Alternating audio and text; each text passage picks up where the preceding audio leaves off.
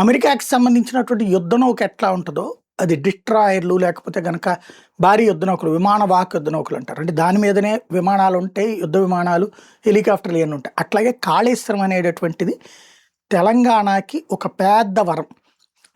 1,00,00,000 ఎకరాల కోసం ప్రారంభించింది. అందులో ముందు రిజర్వాయర్లు కట్టారు, కాలువలు కట్టాల్సి ఉన్నాయి కొన్ని. ఇవి లోపాలు ఉంటాయి.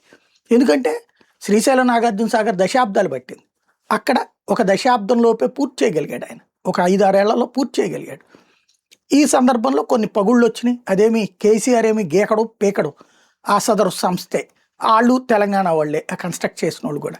అక్కడ తేడాలు వచ్చినాయి, అది సరిచేయమని చెప్పడం తప్పులేదు. కాళేశ్వరం కూలిపోయింది అని ప్రజలందరినీ మోసం చేశారు కదా. ఇప్పుడు ఆ కాళేశ్వరంకు అనుబంధంగా ఉన్న మేడిగడ్డ వీటిట్లలో ఉన్నటువంటి ఆ పగుళ్ళు ఏవైతే చూపినాయో వాటి రిపేర్లకి ఇప్పుడు అర్జెంటుగా ఒక కమిటీ వేశారు. ఆ కమిటీ ద్వారా వాటిని సరిచేయాలనుకుంటున్నారు. ఎందుకంటే సరిచేయకపోతే ఇప్పటికే దాని ఆధారంగా ఉన్నటువంటి సాగు చాలా వరకు దెబ్బతింటోంది. రైతాంగంలో ఆగ్రహం పెరుగుతోంది క్రమంగా. మీ కుట్ర రాజకీయాల కోసం నీకు కేసీఆర్ మీద కడుపు మంటుంది కాబట్టి మాకు వచ్చేటటువంటి పంటలు ఎట్ట నాశనం చేస్తామనే ఫీలింగ్ పెరుగుతుంది. కాబట్టి ఇప్పుడు అర్జెంటుగా సీన్ మార్చారు. దాన్ని రిపేర్లు సెట్ చేయడానికి ఒక కమిటీ వేసి ఆ రిపేర్లు పూర్తి చేసి అందుబాటులోకి తీసుకురావడానికి రెడీ అవుతున్నారు. అప్పుడు ఏమంటారు, అప్పుడు కూలేస్తామే అంటారా, లేకపోతే రిపేర్లను మేము చేయించినటువంటి మొనగాళ్ళం అంటారా అంటే రెండోదే చెప్పుకుంటారు అనమాట.